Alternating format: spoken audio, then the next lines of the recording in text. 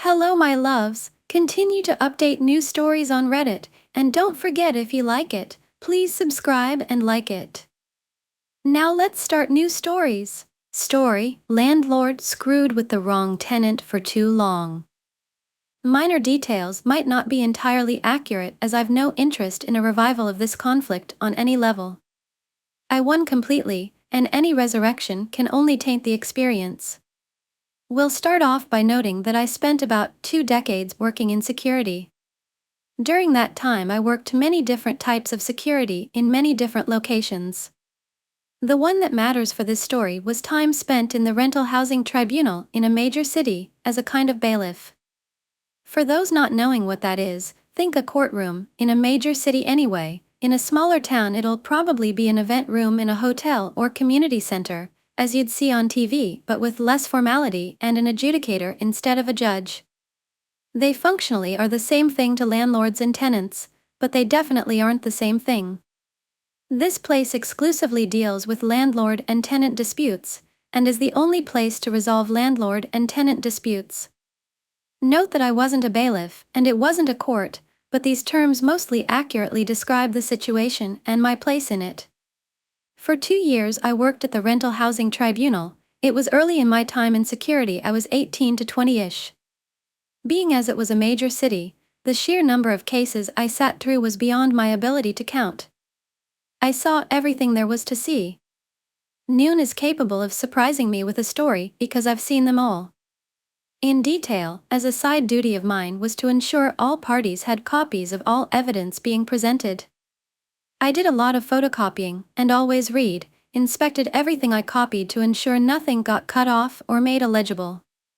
By the time I stopped working there, I probably knew the way everything worked well enough to be an adjudicator myself. Well, no, obviously not, but I'm certainly in no need of a lawyer either should I ever have need to go there. I also had intimate knowledge of how the system worked beyond the actual rules. Like, for example, adjudicators would always give a little leeway to anyone representing themselves over someone who had a lawyer. Or how pissed off adjudicators would get when a party was speaking out of turn. Seriously, do not do that. Skip forward almost a decade. I left the city and am in a fairly large town in the same province, same tenant laws. I have a few roommates in a decently sized townhouse. We get along well. But there's a problem.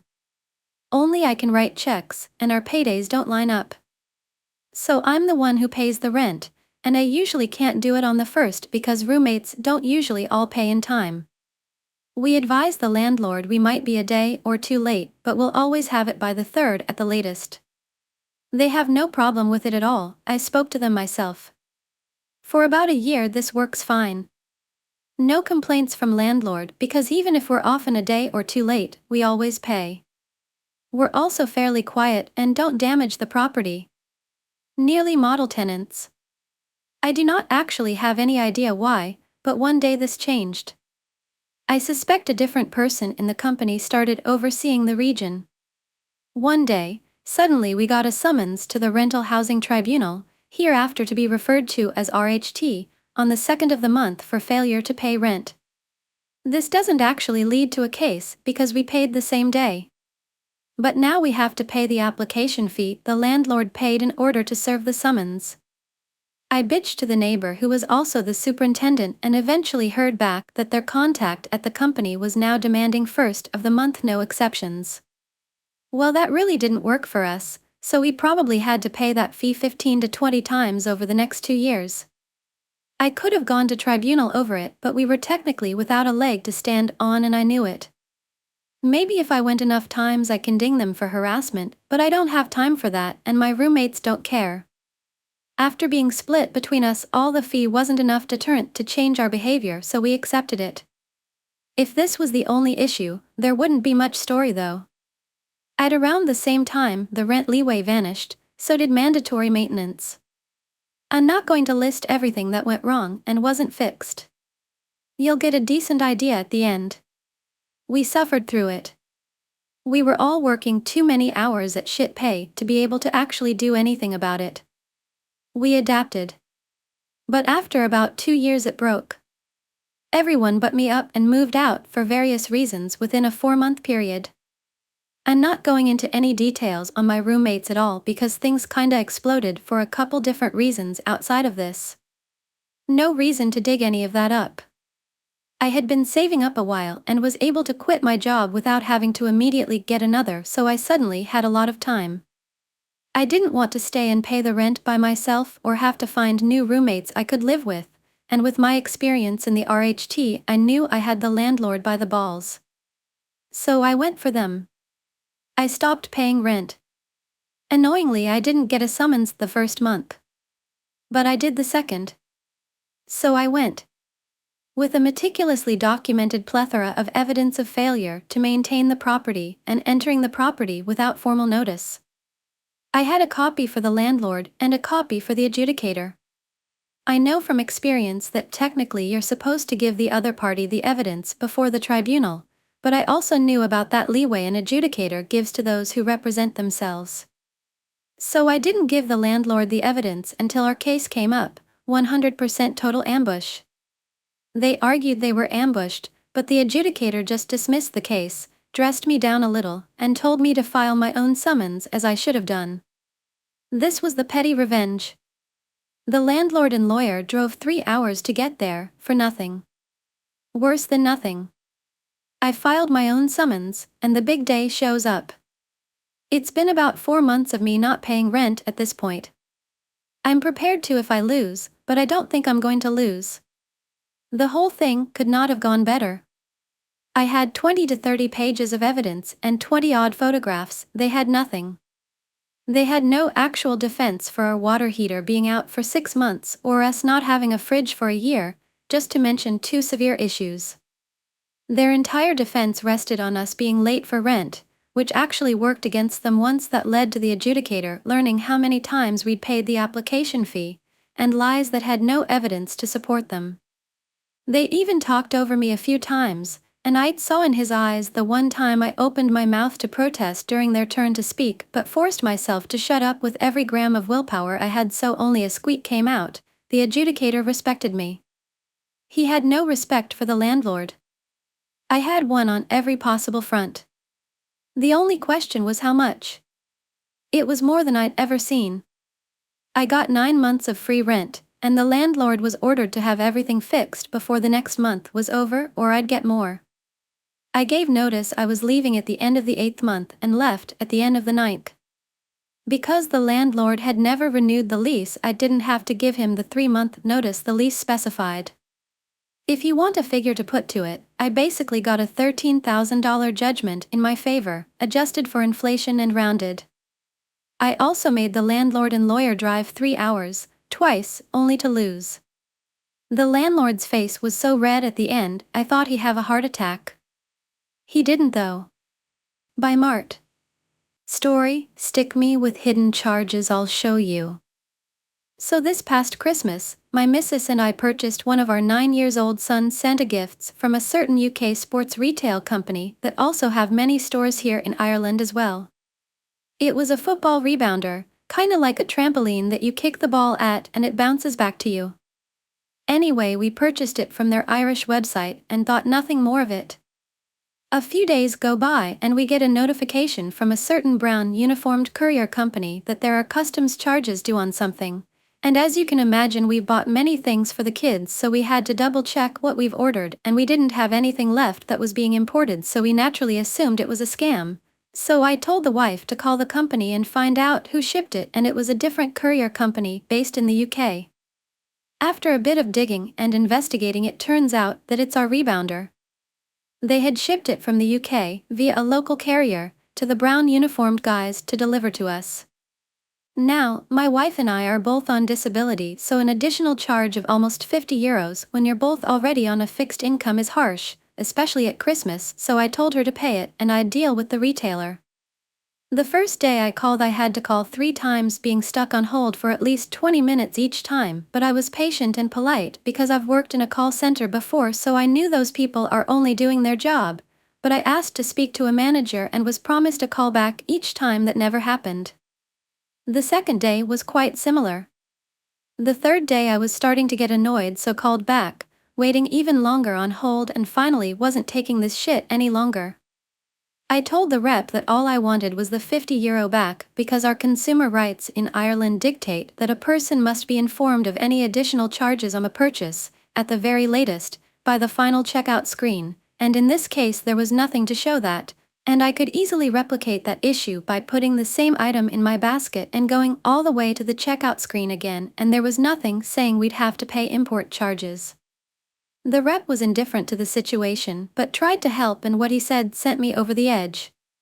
He offered me a measly €20 gift voucher to use on their website, but more importantly he read a statement to me. He said, "We advise our customers that there may be charges, delivery duty, unpaid customs charges on any item that gets shipped outside of the UK." Then I asked him where it states this information, and he paused, then said he didn't actually know. I said, "Well, I know one thing. It doesn't say it anywhere on this transaction because I've checked, and because this is a violation of my consumer rights, I'm going to give your company one last chance to make this right. Have your manager call me within the next 60 minutes, or I'm going to post this entire debacle on LinkedIn and link every senior officer in your company." Then I hung up the phone and waited. Yet again, no call. The next day I went on LinkedIn and followed through on my promise. I created a post detailing what they had done by sticking us with hidden charges and that they were ignoring our requests for a manager and everything they said and did. Then I tagged every senior officer at that company, from the regional managers, through the European directors, all the way to the CEO, and I shamed them for how they operate their company. This, ladies and gentlemen, was now an act of war. Shortly after I posted that, I noticed that they took down the item from their website in an attempt to hide this, but they must have thought I'm a simpleton that doesn't understand how the internet works. They didn't realize that when you searched for rebounder on their site, that it shows the item in question, so I took a screenshot of that, then another of the item page that was now missing, but then I did a Google cached search for the same page and found a version from 2 days prior happily showing the item. Then I added a comment to my original post highlighting how they were trying to hide it, with the evidence, and trolling them for their heinous behavior, especially at Christmas. Then I tagged and shamed all the senior officers again, and at this point it was really starting to get some attention, not only publicly, but 3 people in incognito mode viewed my profile. I wonder who they could have been. So naturally I took a screenshot of the 3 mysterious visitors listed on my profile and did the same thing. Commented on my own post highlighting it and trolling them for their incompetence. The next morning I got a call from a senior exec at their head office in the UK, practically licking my boots with apologies, asking what she can do to make this right. I told her I originally only wanted my €50 back as it wasn't fair, nor even legal, that I had to pay it, but since I had to go to such lengths to get their attend tie-in, now I wanted my €50 back, a full refund on my entire purchase, and I wanted to keep the product. That was the only thing that would make this go away. She asked for a couple of hours to fix it and I said okay. About an hour later I got another call from her again apologizing. She asked for my PayPal address where she sent the €50, then she refunded the whole purchase, and she let us keep the product. Obviously I thanked her for her help because at that stage I was just happy it was over, but I'll be fucked if I'll let anyone walk all over my family, even if they are a £58 million annual company. The most of the story here is, don't take bullshit from anyone. I may be just one man, but my son's view of Santa is far more valuable to me than the opinion of some retail chain that doesn't care about its customers nor how it operates ethically. Story: a lawyer's pro-revenge on a wife beater. Let's call him Joe. I have to call him something, the man I ruined, but I can't call him by his real name, so let's call him Joe. Joe was a wife beater. I was hired by Joe's brother-in-law, the brother of the wife that Joe beat. My client was also Joe's ex-business partner. Aside from the whole "you beat up my sister" thing, my client had another beef with Joe, a serious business beef. My client took it to court and gave me the case to handle. Joe and his lawyers fought me long and hard. Joe was confident that his bullshit and outright perjury would carry the day. It had always worked before. His bullshit and his fists had won him a good settlement with his ex-wife, free of child support, so maybe he thought that threats and lies would carry the day once more, but he was wrong, and after the trial I had a judgment against him, a big judgment, far bigger than he could pay. Joe twisted and he turned and he shimmied and shaked, but after a while I'd located and taken all his assets. It was easy, really. Joe had no thought of consequences, and so he didn't lawyer up until it was too late. If one of my clients ever sues you, you're in trouble, because my clients lawyer up before they even know your name. But Joe didn't lawyer up until the process server threw the papers at his feet, and by then, it was far too late. I went through Joe's assets like a meat grinder, and after a while Joe had but one property left, a house, and he clung to that house, for it was rented out, and his sole source of income. Joe lived in the unfinished basement, and he survived on what the upstairs tenants paid him.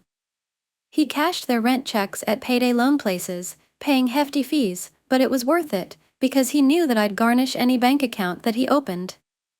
Joe managed to hide his rental place from me for a while because he owned it through a numbered company, but my investigator found him one day, and followed him home. Joe self-repped his way through the next stage, which took a couple of years, while I punctured his corporate veils and his sad efforts at a fraudulent conveyance, but in the end, I had his last house, the house where he lived in the unfinished basement. Joe stepped out one day to get a pack of cigarettes, and when he came back the sheriff had changed the locks. "Can my client at least live in the basement?" Joe's lawyer said to me, pro bono, because by this point Joe had nothing to pay lawyers. I knew the pro bono guy, he practiced law nearby. As I was talking to him, I could see pro bono guy's office window across the parking lot from my office tower window. "Ask the purchaser," I said, "it's out of my hands," and it was. I told Joe's lawyer that the new owner and nominee, one of my client's employees, wouldn't let him back into his shitty basement apartment. Joe, a man who had owned this and that here and there and all over town, had just lost the last thing he owned on earth. Except for his truck. He still had his truck left. Joe's truck was this big-ass gas-guzzling beast that he drove around in. It was too old and too frail to be worth seizing, so I let Joe keep it, and I was glad I did that, because now the truck was where Joe slept. Until he made a mistake and lost his truck, too. He lost his truck the day I got a phone call from the tenants at the house that Joe used to own. He came back and parked his truck across the driveway, the tenant said, adding that Joe had gone nuts. He'd parked his truck there in a rage, out of spite, and then walked into town, saying he'd be back later that day to sleep in his truck. "Can you get around the truck?" I asked. The tenant could not. The driveway was blocked. I called one of the tow truck guys that I used to defend back in my criminal lawyer days, and in a couple of hours that truck was gone, and parked somewhere else, somewhere special, in accordance with my specific instructions. "My guy wants his truck back," the pro bono lawyer said the next day when he called me. "Not happening," I said. I stood in my office 15 floors above the parking lot, and looked down where I imagined my pro bono counterpart was standing in his office, facing the same lot. "But you have no right to the truck," he said. "He has no right to block a man's driveway," I replied. It was terrible, really, standing up high, pronouncing words that took away a man's final asset, the last thing he owned on earth. I imagined that this must be what God feels like, before he strips a man of everything and sends him to hell. "Are you really gonna make me go to court over this?" said pro bono guy. "Do what you gotta do," I said, and pro bono guy said his client was coming in the next day to sign an affidavit, and then they were going to court to get the truck back. But I was unconcerned. The next day was bright and the sun was shining, and it was 9 a.m. as I looked out the window and sipped my coffee. My phone rang. I picked up. It was pro bono man. "Why didn't you tell me that Joe's truck was parked right outside my office?" His voice was tight, and I could tell that he must have been shaking with anger. "Is that so?" I said, staring out at Joe's truck parked 15 stories below me. "How careless of my bailiff to leave the truck where your client could easily take it back. I really must speak to him." "Very funny." My client's going to soon know he isn't. He's going to get in that truck and drive away, right now. I told my tow guy to fill up the tank, and he gave it an oil change too, gratis. Tell your client to get in his truck and drive off, and that if I ever see that truck again, I'll seize it, to satisfy the rest of my client's judgment. Pro bono guy tried to argue, but I was firm. Then I put the phone down and picked up my coffee. A few minutes later, Joe walked out of his lawyer's office and over to his truck. As he walked, I saw that there was no longer a bounce to his step. The joy had gone out of him. Joe wasn't the first guy I ruined, and he won't be the last, but he is the only one whose final ruin I witnessed from on high, from my office, and it was one of the most powerful experiences of my life, watching a man walk to his truck, knowing that I had stripped him of everything else he had, and that he owed his possession of his last asset, his truck, to my mercy. Joe drove away, his big-ass ancient truck spilling clouds of smoke from the exhaust. I was pretty sure I'd never hear from him again, and I never did. Story: An Attorney's Dream Case. My Parents versus the Bank. In 1973, my parents had enough money to build a little ranch house in the country. The small bank in town approved the mortgage, and the bank signed a contract to give Bob the money to build the house. Bob, as it turns out, was overbooking himself all over town, leaving his clueless minions to do the actual work. The build took longer and longer, with more and more work having to be ripped out and redone. We're not talking about using the wrong color paint or nailing up some wonky trim here. The architect forgot to fully erase a line on the blueprints, and the framers built a wall through the bathtub. My mother was told don't put anything heavy in the kitchen cabinets. They were attached to the drywall, not the studs, using a few roofing nails through the back of each cabinet. The garage door opening was framed into the living room instead of towards the driveway. And so on. When the bank's representative showed up for the final inspection, my parents met him in the front yard and refused to sign off on Bob's work. Then representative became angry, as the bank had paid Bob a lot of money. He strode to the front door and pulled on the doorknob, whereupon the entire door, casing included, fell on him. It had simply been wedged, not nailed, into place. The bank called Bob, who finally showed up to supervise the work himself. The only problem was that Bob wasn't any better at building a house than his minions were. My parents still refused to sign off on the house. My mother was a somm in a nasty rental with 2 tiny children, while my dad was working 2 jobs while this was going on. Throughout the entire process, the bank and Bob treated them very poorly, bullying my mom and lying to my dad. What should have been an exciting time for my parents was ruined. My mom cried a lot. My dad got depressed. Finally, the bank threatened my parents with foreclosure, and Bob threatened to sue my parents for breach of contract. The bank refused to pay him any more money. So my exhausted parents went to an attorney and gave him the rundown. Plumbing, electrical, tiling issues, the whole sorry mess. My parents were scared. All they had was their small down payment savings, so if this became a lengthy court battle, the bank and Bob would win. The attorney, Tom, was kind, but my dad said he could tell that he and Mom were doomed from Tom's facial expressions as he sorted through the paperwork. Then, abruptly, Tom smiled. "Let's get everyone together for a meeting," he told my parents. "Tomorrow." So my parents, Tom, the bank's representative, the bank's attorney, Bob, and Bob's attorney met at the bank. Tom didn't give anyone else time to begin. He said, "Well, my clients had decided that they no longer want this house. Please remove it." Everyone else started to laugh. "Remove it? Have you lost your mind?" Tom, in a sweeping, theatrical gesture, placed a deed on the table. "My clients own the land the house is sitting on outright. They no longer want the house. Get the house off my client's land." Bob's attorney stared at the deed, and then turned and stared at Bob. "You built a house on land you don't own?" Bob nodded. The bank's attorney started yelling at the bank's representative. "You didn't finance the land the house is on?"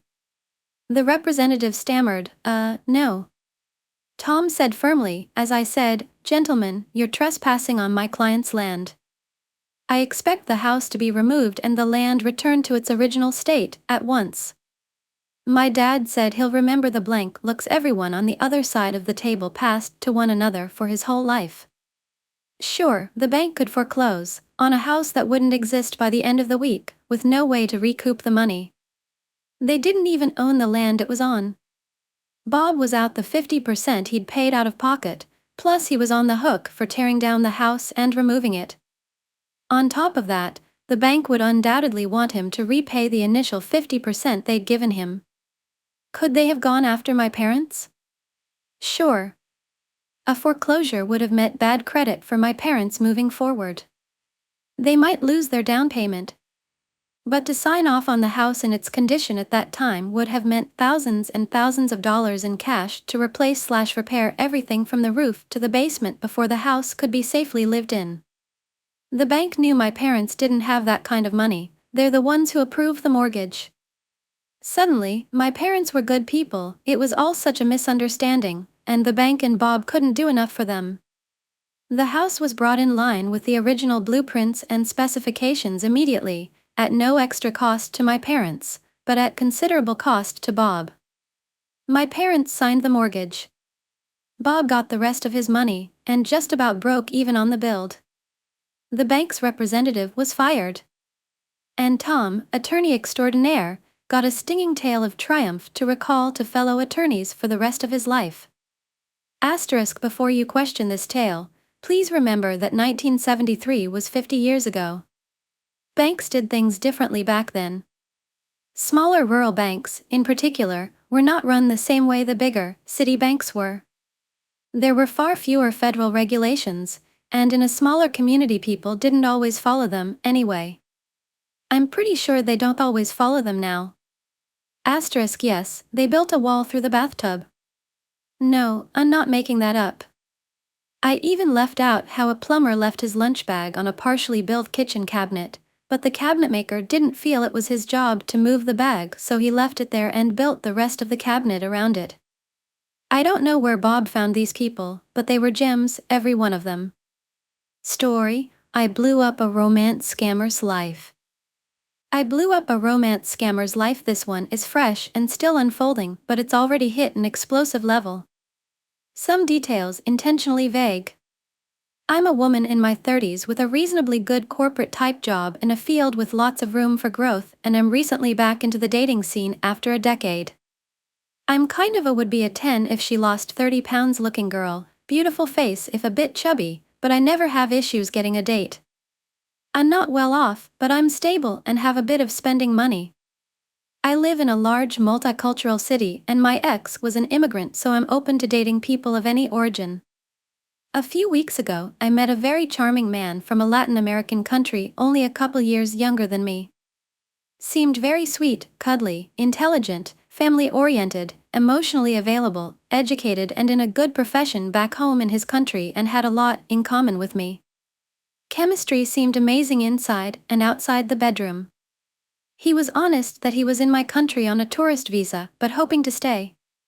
I made it clear I wouldn't be able to help him with that, but we have a fun summer fling while he was here.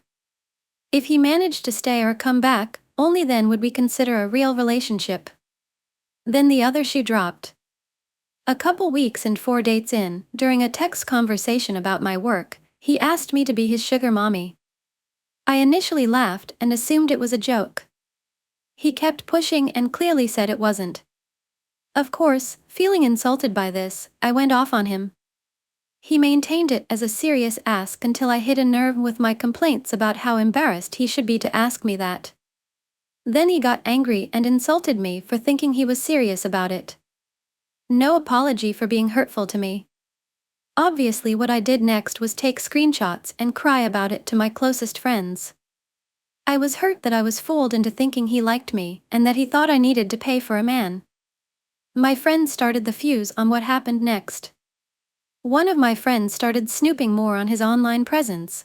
Together we found about 6 different Instagram accounts that were him using different variations of his name and different photos of himself, all uploaded in batches. On Facebook, a similar pattern. All very scammy and suspicious looking. He'd been foolish enough on one of his profiles though to follow and tag the employer that he was working for illegally on his tourist visa in my country. So I contacted another close friend in a local law enforcement agency that works with immigration.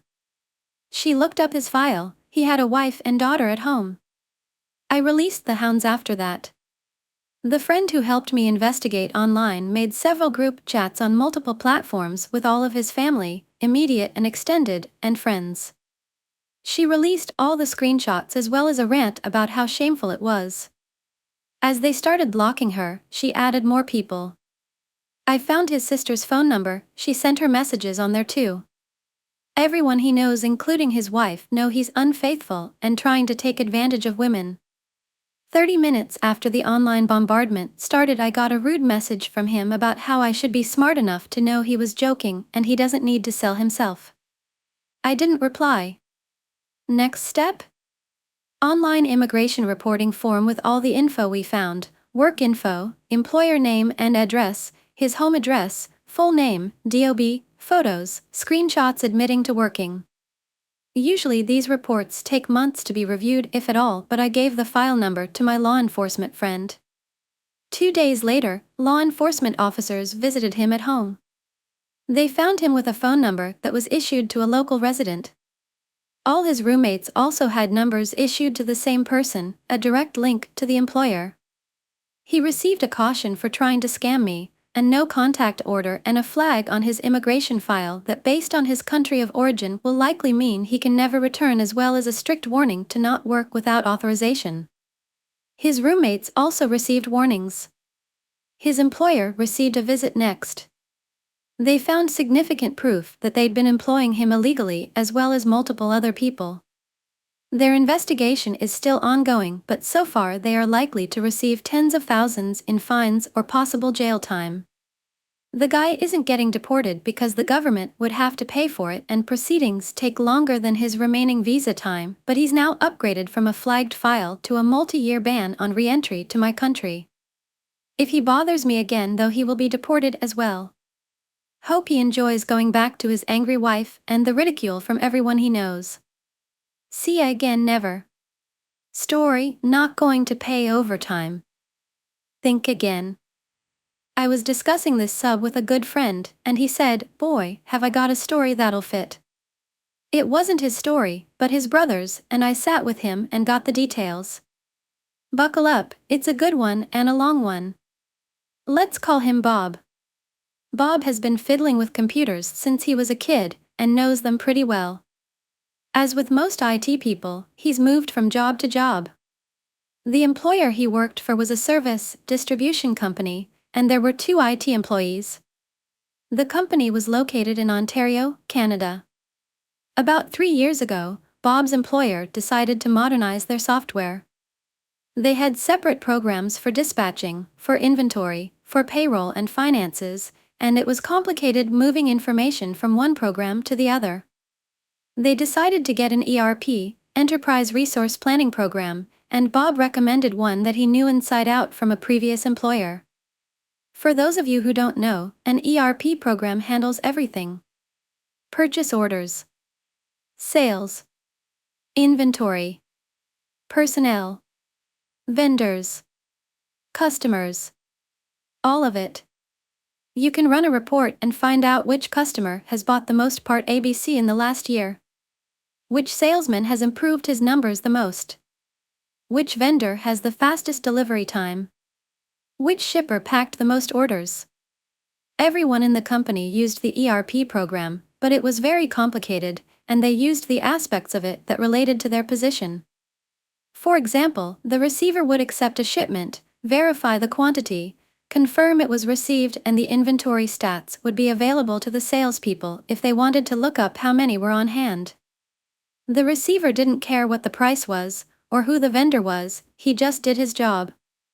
Bob was run ragged during the implementation process, but he managed to train most of the employees on their aspects, and after a few months, everything was running fairly smoothly.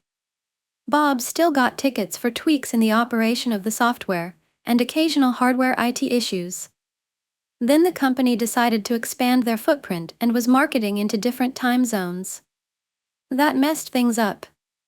Atlantic Canada is 90 minutes early, so if someone sent an email or an order at 8 a.m. their time, it would arrive at 6:30 a.m. Ontario time. Pacific Canada is 3 hours late, so an email sent at 3 p.m. Vancouver time would arrive at 6 p.m. This stretched out the day, so many staff came in early and worked late. Bob would arrive at 8 a.m. and there would be people that demanded his immediate assistance, and were annoyed that he didn't respond instantly, even though their request was submitted before his start time. Same with late in the day, his phone would ring at dinner time with people that wanted help right now. They decided to stagger his and his IT colleagues' shift times. Bob would start at 6 a.m. and work till 2:30, and his colleague would start at 10:30 a.m. and work till 7 p.m. Bob's colleague had kids and refused the shift change. The employer insisted. The colleague quit. That meant that Bob was the only person in the IT department.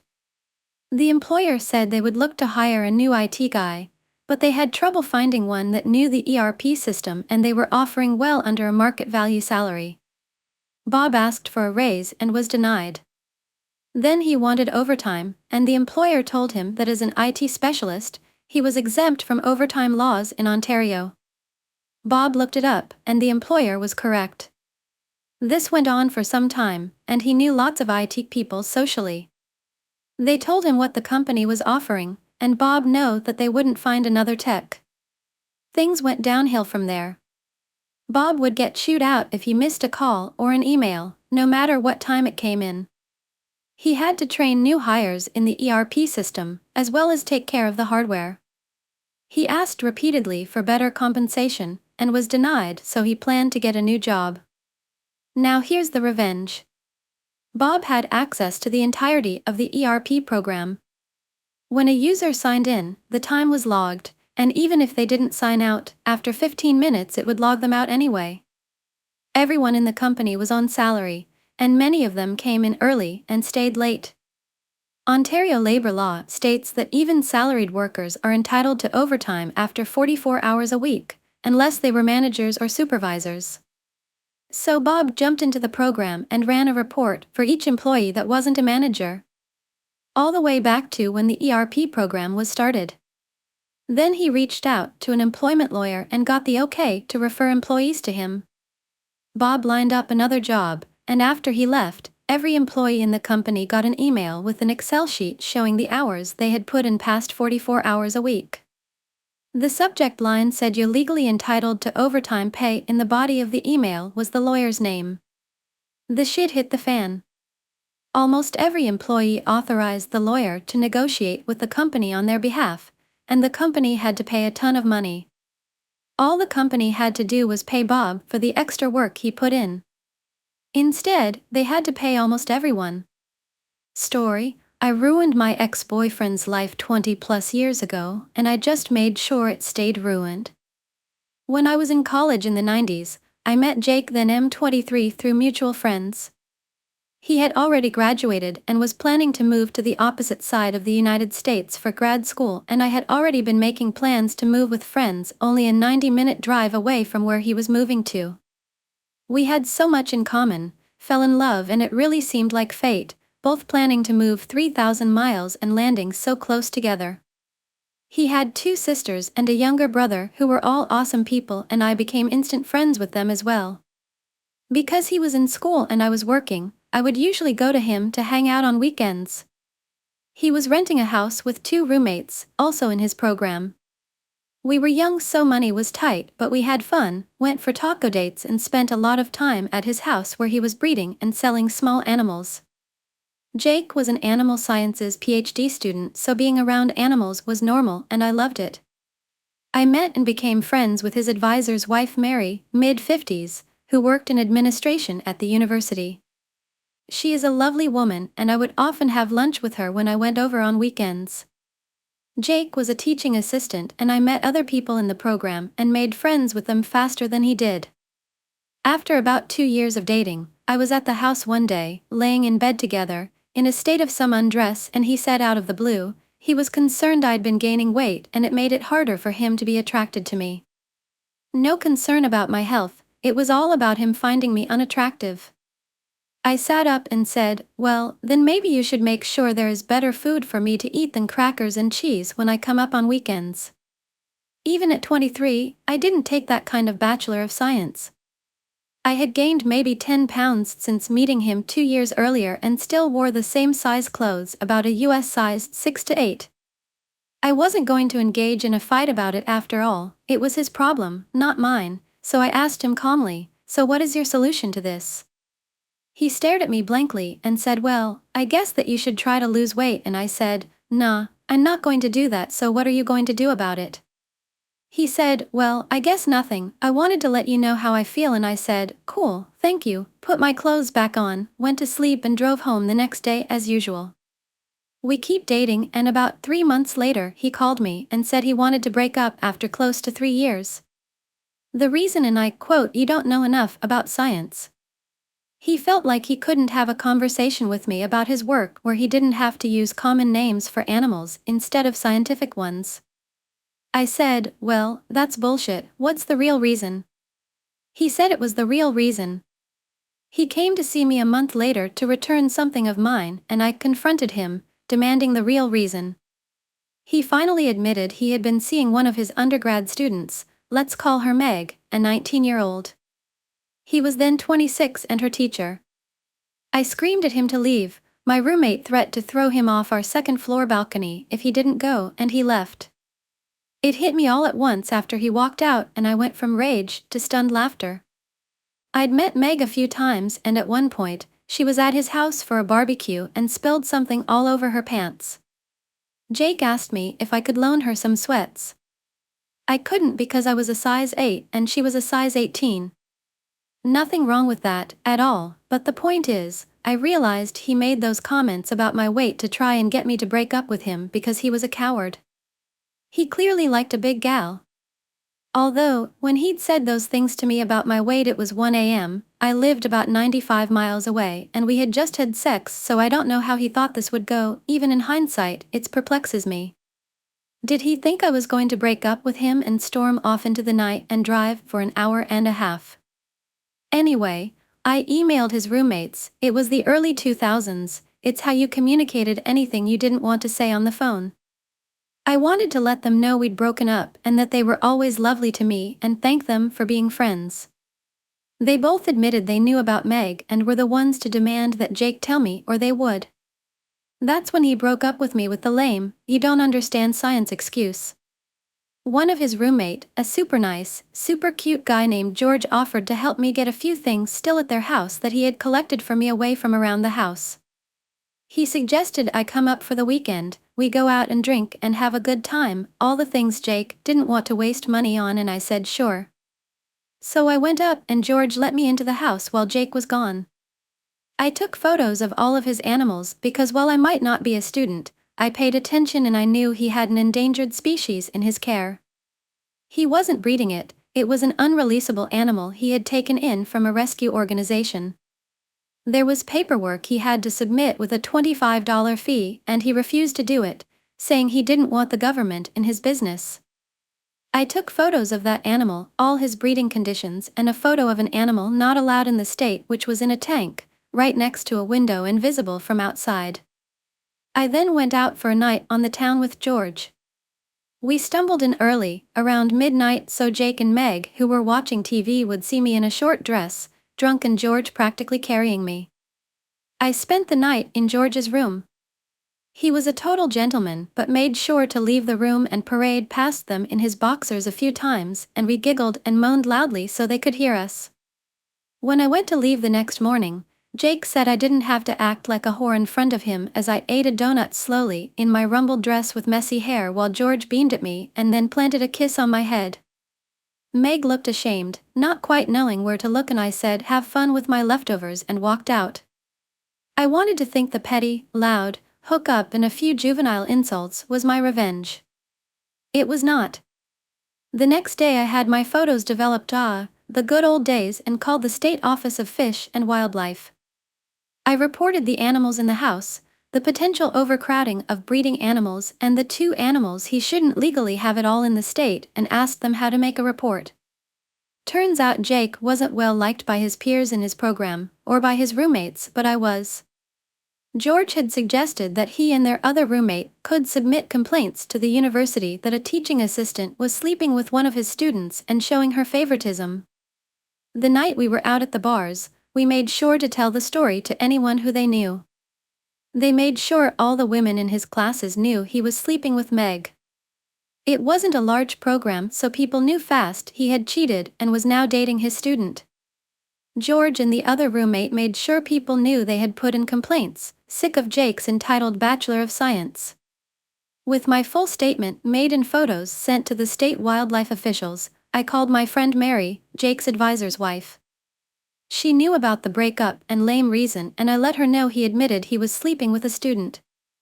I'd been emailing with him and he admitted to it in writing, so I sent that to Mary. To say she was not happy about that was an understatement. She said she made sure it would be investigated and told her husband, Jake's direct advisor, while I was on the phone with her. Speaking of investigations, a few weeks later George called me, giddy, to say state fish and wildlife officials were there, confiscating animals. He told them he would be happy to tell them whatever they needed to know. Meg was there when it happened and told the officials as far as she knew, all the animals belonged to her boyfriend Jake and that they were all legal.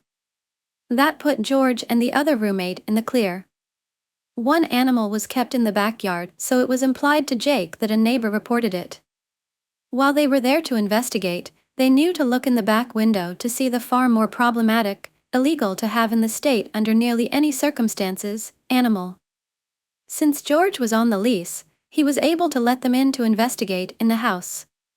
The animals were all in communal areas and the officers stayed there for a few hours and returned with a warrant to take all the animals and enter Jake's room to investigate. George and the other roommate let them into their rooms with no issues and were quickly cleared. Meg apparently couldn't get a hold of Jake and eventually drove to the university to find him. Remember, no cell phones yet. It was a good day. The only animals they left was some guppies in a fish tank. Now, students need grant money to do research and a large part of animal studies funding comes from the federal government. Jake had just gotten an icosapentaenoic acid grant right around when he broke up with me. So I called the icosapentaenoic acid and asked how I would report that a person with a federal grant was being investigated for illegally harboring endangered animals. Long story short, he lost his icosapentaenoic acid grant and had to make restitution on what had already been used, close to $30,000. He would never be able to get another federal grant. He avoided jail time on the state charges since all the animals were in good health, but lost all his breeding animals worth thousands of dollars since they were collected for safekeeping during the investigation when the two illegal animals were taken. In the end, he owed a $15,000 fine and the two animals went to a nearby nature center. For years, I would stop by if I was in the area to visit them. The university revoked his with a student. He somehow escaped being expelled, but it always shocked me that he never tried to hide the relationship with Meg and was so stupidly self-assured he didn't even wait the 4 weeks until she would have been done with his class to start publicly dating her. By the university rules, he would have been in the clear to date her, not being her teacher anymore, and she would just have to avoid any classes he was a teaching assistant in. It never fails to make me laugh. After a few months, I emailed his sisters and told them I missed them because Jake broke up with me after trying to call me fat and cheating on me, and I felt weird contacting them. The girls told me he told the family I broke up with him because of the distance. I forwarded them emails that Jake wrote after the breakup, talking about how he fell for Meg and he was sorry about it, but it was true. I couldn't keep up with him academically and it made him attracted to Meg. Jake managed to convince his dad to pay for 1 more year of school so he could get a master's instead of a, and while I stayed in contact with his sisters and brother via email and then social media, I largely let it all go. I got even, made some friends, Mary became like an auntie to me, and I went on with life. I went on to get a master's degree myself, and my specialty: helping scientists and doctors communicate their work to lay people. You know, us dummies who can't remember all the scientific names. I swear, it happened by accident, not design, but I love it and I work with everyone from small-town doctors and nurses to pharmaceutical companies to museums to state and federal governments to film and TV producers. I travel a lot and speak and get to learn a lot of cool things about our planet and how things work. I knew through his siblings that Jake and Meg got married and had 2 kids. Meg dropped out of the sciences and became an accountant. Jake went back to breeding animals. Every once in a while, his sisters or brother would tell me something over for lunch or via text, but we had our own relationship that exists outside of him. Apparently, when I sent a wedding gift for one of his sisters, he loudly complained at a co-ed bridal shower that all of his siblings still were my friend and didn't make an effort to embrace his now wife, Meg. Apparently, the sister just laughed and said, "I don't make it a habit to be friends with homewreckers." This is how Jake's parents found out how their relationship started and ours ended, 10 years after we broke up. Jake never found out I was behind reporting him to the state, and in the end, I didn't lie about a single thing, except maybe exaggerating a drunken make-out session with George, who is now a successful and tenured professor with a lovely wife and daughters. Fast forward about 20 years to a few weeks ago. I was at a university giving a lecture to a room of 250 undergrad and grad students. In the end, I was mingling with the student afterwards and I hear a voice say, "Hey, long time no see," and I realize it's Jake, and I didn't change the expression on my face at all. I was completely shocked and my instinct was to play dumb. So I said, "I'm sorry, help me out, have we met at another workshop or lecture?" He looked incredulous and said, "It's me, Jake," and I said, "I can't place you, but I would love to figure it out." Finally, I gasped and said, "Oh my goodness, Jake. I guess I blocked you out," and said, "Well, lovely to see you," and moved on quickly when he tried to reach out and hug me. I was happy to leave it there, with the satisfaction of him seeing me as a guest lecturer in a science department of a major university when he was just in the audience. The department chair and faculty who had invited me to speak took me out to dinner, and while there, one of them said, "So you know Jake?" I said, "I did, from over 20 years ago," being vague about how. She went on to tell me he had been there for an interview for a teaching position and had spent a few days there observing, and they were likely going to hire him. I couldn't control it, I scoffed. When they all looked at me, I said, "I'm sorry, I'm just shocked he's teaching after what happened at University X." They said what happened and I said, he was sleeping with a 19-year-old student when he was 26 and he had to leave the program without a because he couldn't afford to stay after losing his scholarship. The 3 people I was with all looked at each other like they knew they had a problem and said, "Wow, we'll have to look into that," and changed the subject. My old friend Mary, retired a year or 2 now, but still friendly with her old collages, called me this weekend to say a friend at the university let her know someone had called doing a background check about Jake and they pulled his file, which included being fired, leaving the program with a lower degree, and the complaint letters from over 20 years ago about his conduct. Mary's name had been on it with her husband listed as the so she thought she'd like to know. As a bonus, it had a copy of his arrest record for the illegal animals. I guess his dad had paid for a decent lawyer to get the record expunged after the charges were reduced, and he paid the fine so it doesn't show up on a standard background check. I don't think he's going to get that job. So I will return to my life, content that the universe comes through sometimes, especially if you give it a little nudge now and then. The best revenge is when you don't have to do anything wrong, you just have to help direct knowledge to the right places. If there is anything I can impart to any young women and men reading this, as I shimmy happily into my now size 10 pants, it's that, if someone who is supposed to love you complains about your weight or looks, that is their problem to fix mentally, not yours, and maybe it's time to check out what they are doing behind your back or simply move on. Remember though, it is their flaw, not yours. If Jake hadn't been a coward and tried to make me break up with him and just ended things with me in a mature way, I might not have found out about Meg and turned his own wickedness back on himself. Story: try and get my team member fired, get deported. I am not sure if this is pro-revenge, so I will let you all decide. If not, let me know and I will move it. I will say in advance sorry for the long one, but the backstory is relevant. Back in the early 2010s, I started working for a big internet-based company in the UK. The company was opening a new office with a new subdivision in London. When I started, there were two team leaders and the office manager. The two teams were the content team and the SEO search engine optimization team. I was recruited to be the development team lead, that is web development. When I was interviewed for the job, both the office manager and SEO team lead were carrying out the interview.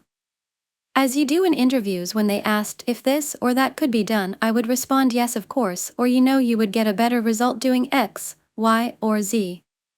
So, I got offered the job, and for the first year there was so much going on. As well as building a team, I also had a portfolio of websites that needed to be redeveloped and redesigned. It was at this point that some red flags started to pop up.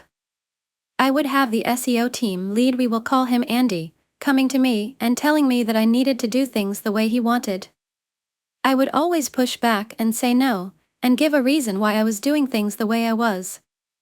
Andy would get irate and would complain to the office manager about me.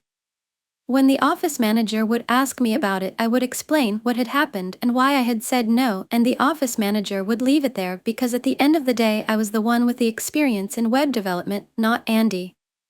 This happened a few times over the first year, and I then realized that the reason that Andy was getting so irate was because he thought that I would be a yes man to him. Sorry buddy, that is not who I am. So, now that we have the backstory, let's get into what led to the revenge. Me and the team had been working hard to get two of the new websites completed, and I was due to show them off to the board before they went live. This company's head office was in another part of the country, and I had to leave the office in London at about lunchtime. So, I arrived to the hotel that is across the road from the head office about 4 p.m. and jump on my laptop to start going through the sites to run some tests. I was testing functionality, making sure the look and feel were correct, things like that. Then it happened, we found a major bug that caused a major issue with the functionality of the website. So it is at this point that I am going to introduce the star of our story, Johnny, not real name, but attacked all the same, who was my senior developer. Me and Johnny working through the night, me in the hotel room and him in the London office. We finally fixed the bug, about 7 a.m. the following day. My meeting with the board was at 10 a.m., so after getting showered, the feed, and over to the office, I started my day with 0 hours sleep. I go into the meeting, and the first thing that is said is the CEO asking if I was okay. I had met him a few times, and he was a really nice guy. I explained that we had found an issue with the sites yesterday, and me and Johnny had worked through the night to fix it before the meeting. Long story short, everyone was really impressed and loved the new sites. At the end of the meeting, the CEO pulled me aside and thanked me for everything, and then told me to go home and get some sleep. It was about a 3-hour train ride to London and then another hour home. I thanked him and went on my way. So, after taking my team out for a well-deserved lunch to say thank you, the office manager then organized a night out for the whole office to celebrate on the following Friday. We started off at a fancy bar, not my sort of thing. I am a man of cheap tastes, and then everyone moves on to a small club. I go to the club for a bit, but then leave quite early in the night as I need to get a train home. I say my byes and then head home. I come into the office on the Monday, and there is something going on. I speak with Emma. Not real name, the content team's lead. She does not know what is going on, but there are people from head office, HR, and others. Then a few minutes later, all the team leaders are called into a meeting. We are all squished in one of the small meeting rooms. There is office manager, 2 members of the HR team from head office, and the 3 team leaders, including myself. So, HR explained that there has been a complaint made against Johnny. A member of the SEO team, we will call him Mark, had called Andy on the Friday saying that Johnny had been making racist comments while everyone was out at the club. Both myself and Emma were taken aback. This was not like Johnny. On a side note, I felt that I need to explain the races of people involved. This is just for context and not an attack on anyone involved. Johnny, Emma, and I are white British. Andy is African, born in Britain, I believe, and Mark is Indian once again, I believe. So, The whole day was spent with HR doing interviews with the other people that were there that night, and we then all reconvened towards the end of the day. The result of the interviews were that no one had heard anything like what Mark was saying. So, it was Mark's word against Johnny's. This was not acceptable for Andy. He wanted Johnny fired and cried we could not have someone like that in the office. So, both Emma and I looked at each other, and though that it was strange that he was so instant on firing Johnny with no evidence. Both the office manager and HR agreed, and Johnny was let off with a warning and to be aware in the future of how things he says that could be misinterpreted. Life went back to normal in the office, that is until about 2 months later. The story of what had happened had gone round the office about 12 people. Then one afternoon, I was pulled aside by one of the guys on the content team, and he said that he had overheard Andy and Mark talking and thought I should know. We went into one of the meeting rooms and he laid everything out. What I heard made my blood boil, and I think had I been in a cartoon steam would have been erupting from my ears. He told me that the racism complaint was faked and a plan that Andy had to attack my team because I would not bend to his demands. Him and Mark were on a call outside the club. Andy was not there that night, and that is when he heard what they were doing. It later came out that their plan was to make the complaint against Johnny and get him fired, which would then lead on to Andy complaining that I was not fit to run a team if I let that sort of this happen under my leadership. My first question was why he didn't bring this up with HR in the interviews. He said that he did, but it was his word against both Andy and Mark. I thanked him for this and went on with what I was doing. I was pissed. There was no way that I was going to let this slide, but I knew that if I was going to go after them, I needed to have everything in place beforehand. I didn't tell Johnny what I had been told and asked the guy that told me to keep it to himself for now. I didn't want Johnny to get pissed off and do something that would get him fired or worse, affect any revenge I could dish out. So, I watched. I watched everything the SEO team did and didn't do. Then it happened. It was like angels had descended from heaven to deliver me the winning lottery ticket. The building we were in was a 3-story building with a main stairwell with a door on each floor to the offices.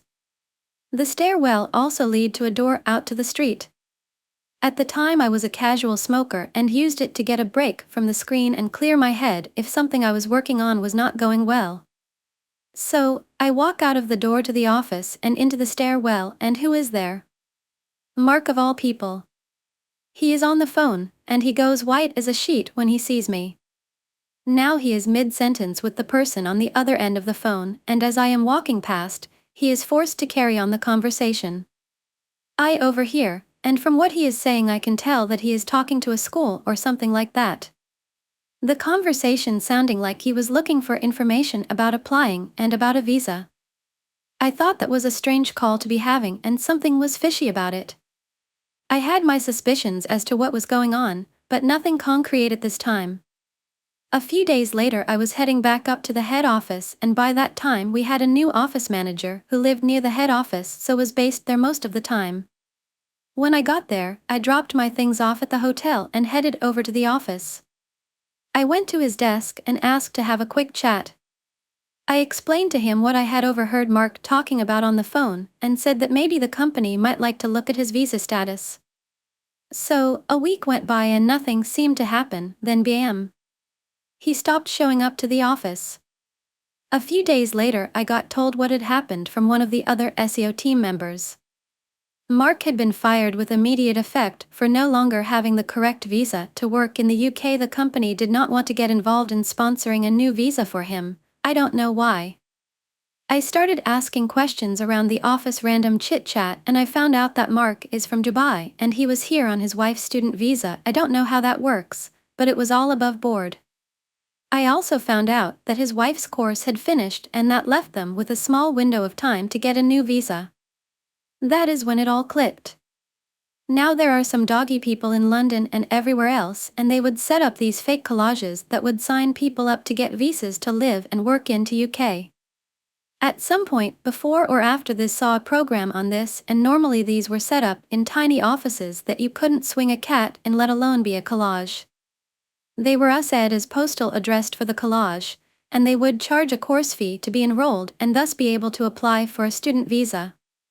So, what Mark was trying to do is to get enrolled in one of these colleges so that he could stay in the UK and carry on working.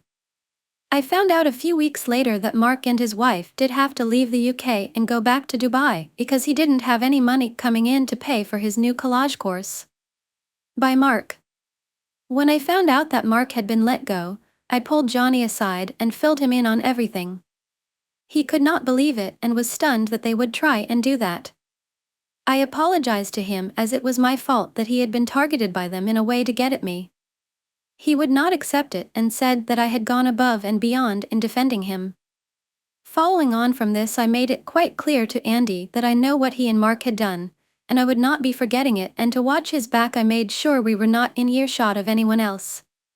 About 2 months later, Andy handed in his notice and left the company, never to be seen or heard from again. I have told this story to some people over the years, and I have been asked so many times if I feel guilty for what I did. I always respond the same way: I feel guilty that Johnny was wrongfully accused and targeted. I don't feel guilty about what I did to Mark. You don't mess with my friends, family, or team. Bye and see you again in the next videos and stories.